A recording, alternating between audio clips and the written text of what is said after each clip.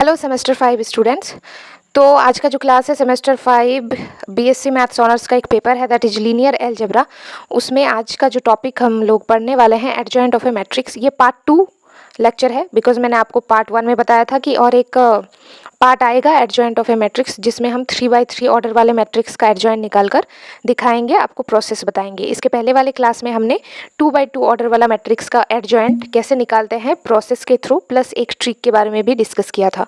और भी important question मैंने लीनियर अलजेब्रा पेपर से रिगार्डिंग बनाया है। अगर आप वो सब देखना चाहते हो तो नीचे डिस्क्रिप्शन बॉक्स में लिंक है, आप उस लिंक को क्लिक करके इस पूरे प्लेलिस्ट को सेव कर सकते हो। चलिए बात करते हैं। अब देखिए हम एक क्वेश्चन के थ्रू समझते हैं। जैसे यहाँ पर आप देख सकते हो ये हमारे पास एक मैट्रिक्स है। If A is equal to this then find adjoint, यानी ए डी जे इस तरीके से डिनोट करते हैं ऑफ मैट्रिक्स ए, यानी इस पर्टिकुलर मैट्रिक्स का हमें एडजॉइंट फाइंड आउट करना है। तो अगर आप यहाँ पर चेक करने की कोशिश करें तो देखिए कितने हैं 1 2 3 3 रोज है हमारे पास एंड 1 2 3 3 कॉलम है हमारे पास 3x3 ऑर्डर वाला। ठीक है, तो चलिए स्टार्ट करते हैं। सबसे पहले हम माइनर निकालेंगे। मैंने आपसे क्या कहा था, एडजॉइंट निकालने के लिए सबसे पहला स्टेप होता है माइनर।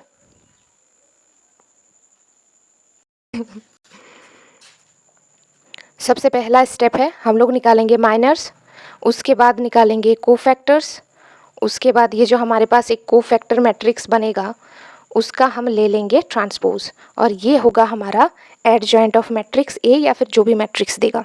ठीक है, ये दिमाग में रखनी है। तो चलिए पहला स्टेप शुरू करते हैं। इस पर्टिकुलर मैट्रिक्स का माइनर निकालते हैं। अब ये A11 एलिमेंट है तो इसका माइनर होगा M11। अब देखिए M11 मतलब 1 का। ठीक है, तो ये 1 जो है ये इस कॉलम में है और इस रो में है, हाइड कर देंगे। ठीक है, तो हमारे पास कौन सा एलिमेंट बचा है, आप देख सकते हो 5043। तो हमने डिटर्मिनेंट के फॉर्म में लिख लिया 5043। अब ये डिटर्मिनेंट खोलना आपको आता होगा, नहीं आता है तो यहाँ पर मैं बताती हूँ। सबसे पहले इन दोनों एलिमेंट को मल्टीप्लाई कीजिए। 5 × 3 15, बीच में माइनस का साइन डालिए। 4 × 0 0, तो 15 - 0 इज इक्वल टू 15। तो हमारे पास M11 आ चुका है 15। अब हम उसी तरीके से अब M12 निकालेंगे। सी M12 मतलब ये वाला एलिमेंट, ये 2। ठीक है, ये क्या है 2 क्या है A12 है ना, क्योंकि ये फर्स्ट रो और सेकंड कॉलम में है। देखिए मैंने बेसिक बताया है तो प्लीज़ आप सीक्वेंस वाइज वीडियो देखा करें। ठीक है, कुछ भी डाउट होता है तो कमेंट कीजिए, और सिर्फ डाउट के लिए भी नहीं यार, सपोर्ट करो, थोड़ा सा कमेंट करो ताकि मुझे मोटिवेशन मिले और भी तुम्हारी मदद करने का। ठीक है, और अगर ऐसा नहीं करोगे तो फिर मेरा धीरे धीरे कॉन्फिडेंस कम हो जाएगा, देन मैं ये सारे वीडियोज़ लाना बंद कर दूँगी। ओके, सो ये देखो यहाँ पर A12 इस कॉलम में है और इस रो में है, हाइड कर दीजिए। क्या बचा हमारे पास 0 0 2 3, तो डिटर्मिनेंट ऑफ 0 0 2 3। अब सबसे पहले हमने डिटर्मिनेंट के फॉर्म में लिख लिया। अब इन दोनों को मल्टीप्लाई करेंगे तो 3 × 0 0, फिर बीच में माइनस का साइन, फिर 2 × 0 0, 0 - 0 0 ही होता है। ठीक है जी, ओके देन चलिए अब हम क्या करेंगे, M13 निकालेंगे। तो M13 मतलब ये वाला एलिमेंट 3 वाला, तो ये इस कॉलम में और इस रो में है, दोनों को हाइड कीजिए। हमारे पास क्या बचा, डिटर्मिनेंट ऑफ 0 5 2 4। ठीक है जी, अब इन दोनों को मल्टीप्लाई कीजिए। 0 × 4 0, बीच में माइनस का साइन, 2 × 5 10, तो 0 - 10 इज इक्वल टू -10। उसी प्रकार से आप M21 निकाल सकते हो। प्रकार से आप M21 निकाल सकते हो। कैसे, देखिए M21 कौन सा एलिमेंट है हमारे पास, ये वाला ना, ये 0 M21 है। इसको हाइड कीजिए, ये इस कॉलम में है और ये इस रो में है, तो क्या बचा 2 3 4 3। इस तरीके से लिखकर डिटर्मिनेंट निकाल लीजिएगा। उसके बाद है M22, तो M22 कौन सा एलिमेंट है, ये 5, तो ये इस कॉलम में है और इस रो में है, हाइड कीजिए। क्या बचा 1 3 2 3, डिटर्मिनेंट फॉर्म में लिखिए, आंसर निकालिए। ठीक है, उसके बाद है M23, तो ये M23 क्या है 0, ये इस कॉलम में है और इस रो में है, हाइड कीजिए। क्या बचा 1 2 2 4, डिटर्मिनेंट फॉर्म में लिखिए और इसका आंसर निकालिए। ठीक है, उसी प्रकार से अगर आप बात करते हो M31, यानी M31 2 है, तो इस कॉलम में है और इस रो में है, हाइड कीजिए। हमारे पास क्या बचा 2 3 4 0, 2 3 5 0, डिटर्मिनेंट फॉर्म में लिखिए और इसका आंसर निकालिए। उसके बाद M32 क्या है 4, तो ये इस कॉलम में है और ये इस रो में है, हाइड कीजिए 1 3 0 0, तो फिर लिखिए डिटर्मिनेंट फॉर्म में, आंसर निकालिए। M33 क्या है, ये वाला एलिमेंट 3, तो इसको हाइड कीजिए क्योंकि ये इस कॉलम में है 3 और इस रो में है। क्या बचा 1 2 0 5, अब देख सकते हो M33 1 2 0 5। फिर इन दोनों को खोलने के लिए 1 × 5 कीजिए, 5 बीच में माइनस का साइन, 0 × 2 0, 5 - 0 दैट इज़ 5।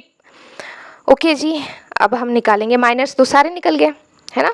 अब हम निकालेंगे कोफैक्टर, ठीक है। अब देखिए M11 का कोफैक्टर क्या होगा, कैपिटल A11, बिकॉज हम इसी तरीके से कोफैक्टर को डिनोट करते हैं। साथ ही साथ आप C11 भी लिख सकते हो, बिकॉज हम C से भी कोफैक्टर को डिनोट करते हैं। अब जैसे यहाँ पर आप देखिए M11 क्या है, M11 हमारे पास 15 है, ठीक है।